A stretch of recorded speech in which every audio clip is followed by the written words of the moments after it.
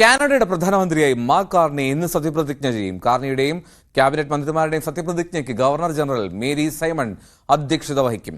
ഇറക്കുമതി ചുങ്കമടക്കമുള്ള വിഷയങ്ങളിൽ US Canada ബന്ധം വഷളായ സാഹചര്യത്തിലാണ് നയിക്കാൻ മാർക്ക് കാർണി എത്തുന്നത് എന്നുള്ളതാണ് പ്രധാനപ്പെട്ട കാര്യം. ഐഷ്യത്തുൽ ഷംന വിവരങ്ങൾ നൽകും. ഷംന, എപ്പോഴാണ് സത്യപ്രതിജ്ഞ? മാത്രമല്ല, ഈ US ബന്ധം അത്ര ഊഷ്മളമല്ലാത്തൊരു സാഹചര്യമാണല്ലോ. അപ്പോൾ എങ്ങനെയായിരിക്കും കാർണിയുടെ നിലപാടും അധികാരമേറ്റ ശേഷമുള്ള സംസാരവുമൊക്കെ?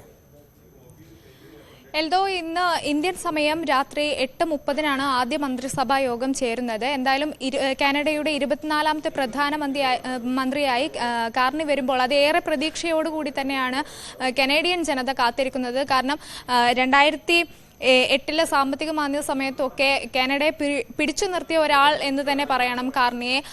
അതുപോലെ സാമ്പത്തിക വിദഗ്ധനായിരുന്നു, ബാങ്ക് ഓഫ് കാനഡയുടെയൊക്കെ ഗവർണറായിരുന്നു. അങ്ങനെ വലിയ സാമ്പത്തിക വിദഗ്ധൻ കൂടിയായിട്ടുള്ള കാർണി പ്രധാനമന്ത്രിയാവുമ്പോൾ, ഒപ്പം ട്രൂഡോയുടെ 9 വർഷത്തെ ഭരണത്തിന് ശേഷം കാർണി വരുമ്പോഴൊക്കെ അത് ഏറെ പ്രതീക്ഷയോടെയാണ് കനേഡിയൻ ജനത കാത്തിരിക്കുന്നത്. ഒപ്പം ഈ താരിഫ് ചുമത്തിയ ട്രംപ് കാനഡയ്ക്ക് മേൽ അലുമിനിയം, സ്റ്റീൽ അടക്കമുള്ള ഉൽപ്പന്നങ്ങൾക്ക് വലിയ രീതിയിൽ താരിഫ് ചുമത്തിയ ഈ ഒരു സാഹചര്യത്തിൽ അതിനെയൊക്കെ കൃത്യമായി പ്രതിരോധിക്കാൻ, അതായത് ട്രംപിനെ തന്നെ പ്രതിരോധിക്കാൻ കഴിയുന്ന ഏറ്റവും അനുയോജ്യനായ ഒരാൾ എന്ന് തന്നെയാണ് വിദഗ്ധരടക്കം ഇപ്പോൾ കാർണിയെ വിശേഷിപ്പിക്കുന്നത്. അതുകൊണ്ട് തന്നെ കാർണിയുടെ ഭരണം അതേറെ പ്രതീക്ഷയോടുകൂടി തന്നെയാണ് ജനത കാത്തിരിക്കുന്നത്.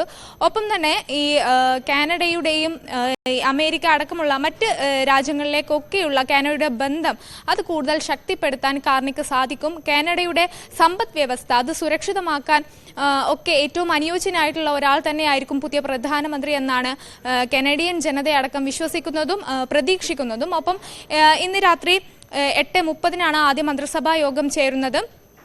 അതിനുശേഷം ഇക്കാര്യങ്ങളിലടക്കം, ഈ താരിഫ് ചുമത്തിയതിലടക്കമുള്ള കൃത്യമായ നിലപാടുകൾ കാർണി അഭിസംബോധന ചെയ്ത് സംസാരിക്കും എന്ന് കൂടി പ്രതീക്ഷിക്കുന്നു. എൽദോ, റൈറ്റ്. എന്താണ് സത്യപ്രതിജ്ഞ? ഇന്നാണ് രാത്രി 8:00 ഇന്ത്യൻ സമയം. ആ സമയത്താണ് ആദ്യ മന്ത്രിസഭാ യോഗം. അതിനുശേഷം ഒരുപക്ഷേ നിർണായകമായിട്ടുള്ള വിഷയങ്ങളിൽ നിലപാട് പറയുമോ എന്ന് നമുക്ക് കാത്തിരിക്കാം. കാർണി ഐഷ്യത്തുൽ ഷംനയാണ് വിവരങ്ങൾ നൽകിയത്.